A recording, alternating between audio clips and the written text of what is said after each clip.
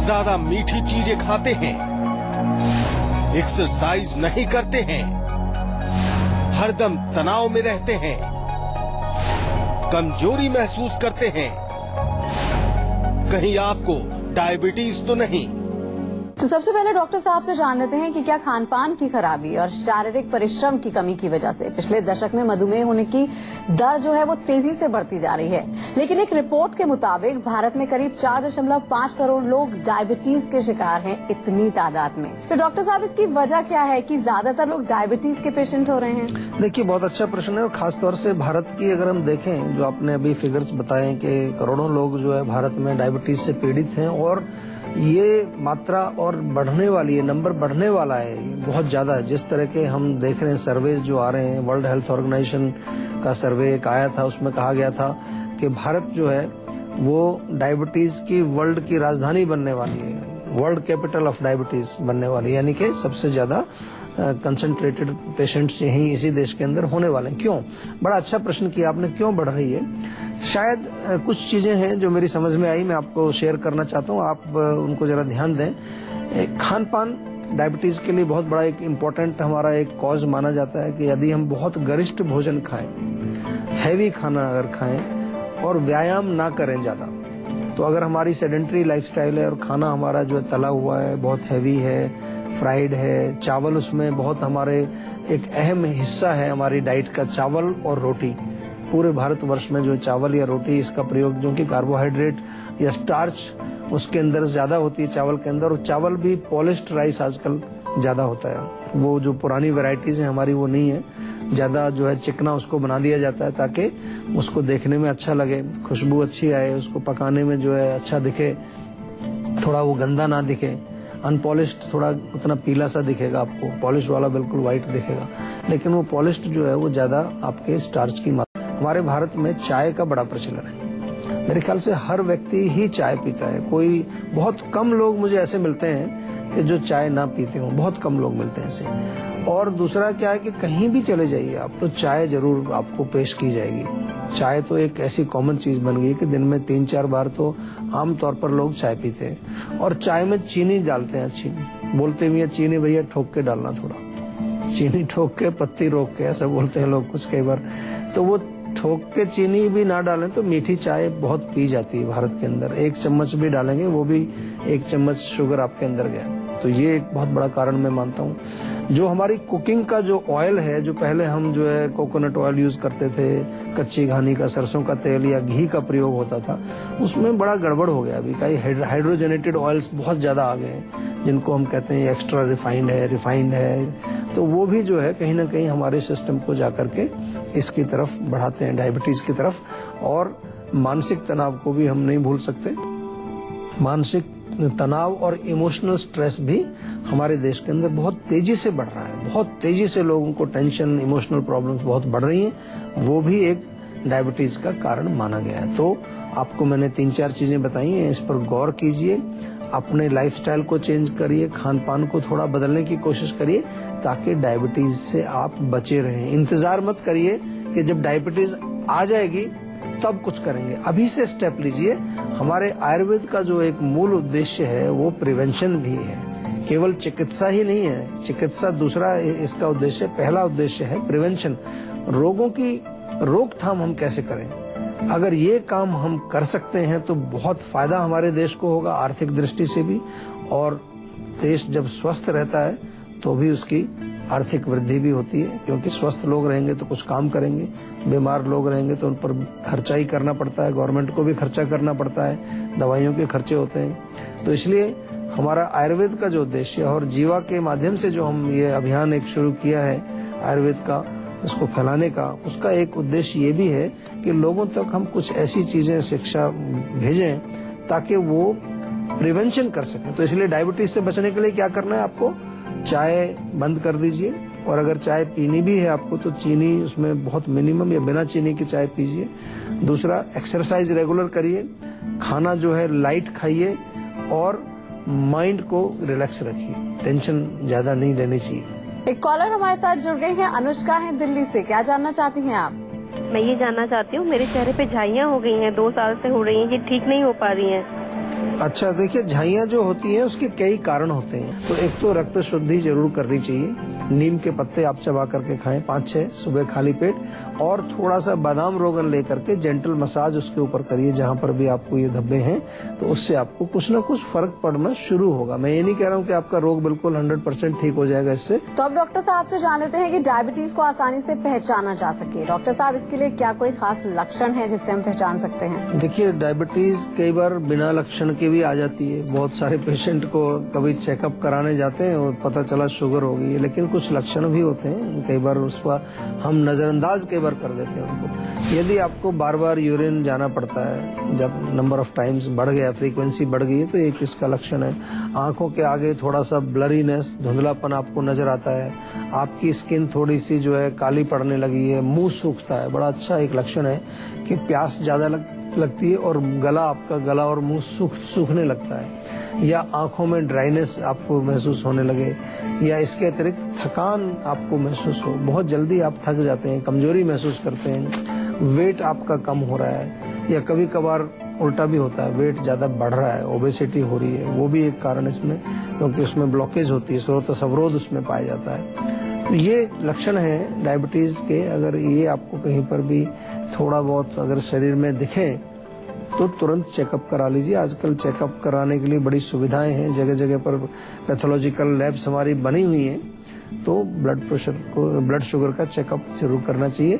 दूसरा ये है कि जब आप 40 के करीब हो जाते हैं, लगभग 40 के बाद एक रूटीन में अगर हर साल भी नहीं तो 1.5 साल में, 2 साल में, अगर आप स्वस्थ हैं बिल्कुल और आपका लाइफस्टाइल ठीक ठाक है, फिर भी 1.5-2 साल में एक चेकअप आपको करा लेना चाहिए। उससे आपको कहीं कहीं थोड़ा सा पता चलता रहता है कि शरीर आपका ठीक चल रहा है या कोई गड़बड़ उसके अंदर चल रही है। तो अब डॉक्टर साहब से जान लेते हैं कि अगर डॉक्टर साहब हम डायबिटिक पेशेंट हैं तो किन बीमारियों का और होने का खतरा बढ़ जाता है? डायबिटीज के काफी सारे कॉम्प्लिकेशंस हैं, बड़े फेमस कॉम्प्लिकेशंस हैं। बहुत सारे लोग आप जो डायबिटीज से पीड़ित हैं उनको मैं थोड़ा सा बता दूं।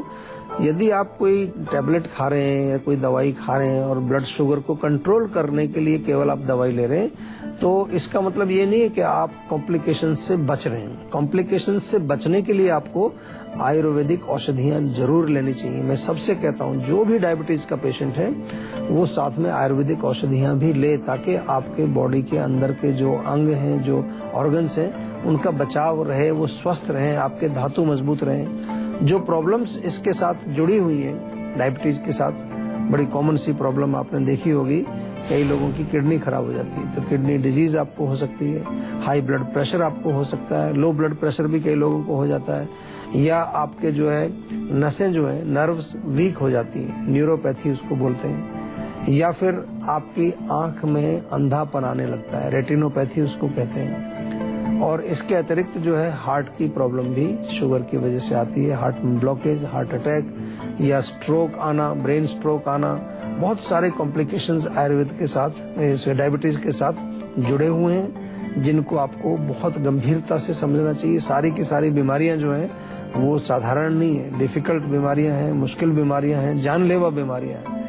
तो डायबिटीज को हल्के में मत लीजिए, डायबिटीज को बहुत सीरियसली लीजिए। अगर आप डायबिटीज के पेशेंट हैं तो मेरा बार बार आपसे निवेदन है, क्योंकि डायबिटीज की तो हमने जीवा में एक स्पेशल टीम बनाई हुई है, 10-15 डॉक्टर्स की एक अलग से स्पेशल टीम है, वो केवल डायबिटीज पर काम कर रही है। और बहुत अच्छा रिसर्च का काम हमारे यहाँ चल रहा है, जिसमें हम ये देख रहे हैं कि कौन कौन से फार्मूले हैं, कौन कौन सी जड़ी बूटियां जिनका इफेक्ट ज्यादा आता है, किस वर्ग के लोगों में, किस एरिया के लोगों में कौन सी दवाई काम करती है। इस प्रकार का हम एक एनालाइजेशन अपना डेटा का करते रहते हैं समय समय पर, जिससे कि हम आप तक ज्यादा अच्छी चिकित्सा पहुंचा सकें। और अब बारी है आज की संजीवनी की, जिसमें डॉक्टर चौहान से जानेंगे वो 10 अचूक घरेलू नुस्खे जिसका इस्तेमाल कर आप भी अपनी डायबिटीज कंट्रोल कर सकते हैं। तो डॉक्टर साहब, डायबिटीज कंट्रोल करने के अचूक नुस्खे कौन कौन से हैं?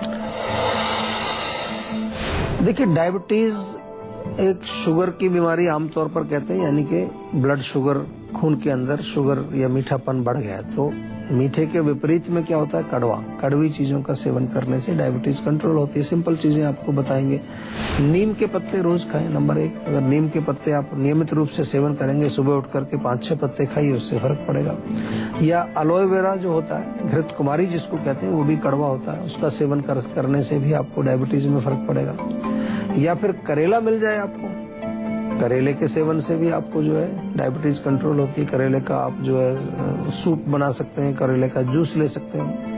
मेथी दाना आपकी रसोई के अंदर होता है, बहुत अच्छा काम करता है। 1 चम्मच मेथी आप रात को पानी में भिगोइए, सुबह उसको चबा करके खा जाइए, बहुत फर्क पड़ेगा उससे आपको। इसी प्रकार से बहुत इम्पोर्टेंट है कि नियमित रूप से व्यायाम जरूर करें, सैर करें और साथ में परहेज करें। मीठा ना खाएं, गरिष्ठ चीजें ना खाएं, ये भी डायबिटीज का इलाज है।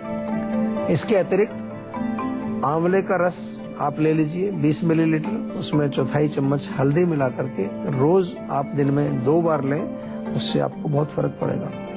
या फिर जो है आंवले का चूर्ण और मेथी का चूर्ण प्लस थोड़ा सा नीम के पत्तों का चूर्ण, 3 चीजें मिला करके एक मिक्सचर बनाइए और इसका सेवन करेंगे, उससे भी फर्क पड़ेगा आपको। या एक और चूर्ण बना सकते हैं आप घर में ही, बेल के पत्ते, नीम के पत्ते, आम के पत्ते और तेज पत्तर, जो तेज पत्ता होता है घर में, चारों को बराबर बराबर मात्रा में लेकर के उसका चूर्ण बना करके उसमें से 1-1 चम्मच आप लें सुबह शाम, उससे बहुत फर्क पड़ेगा।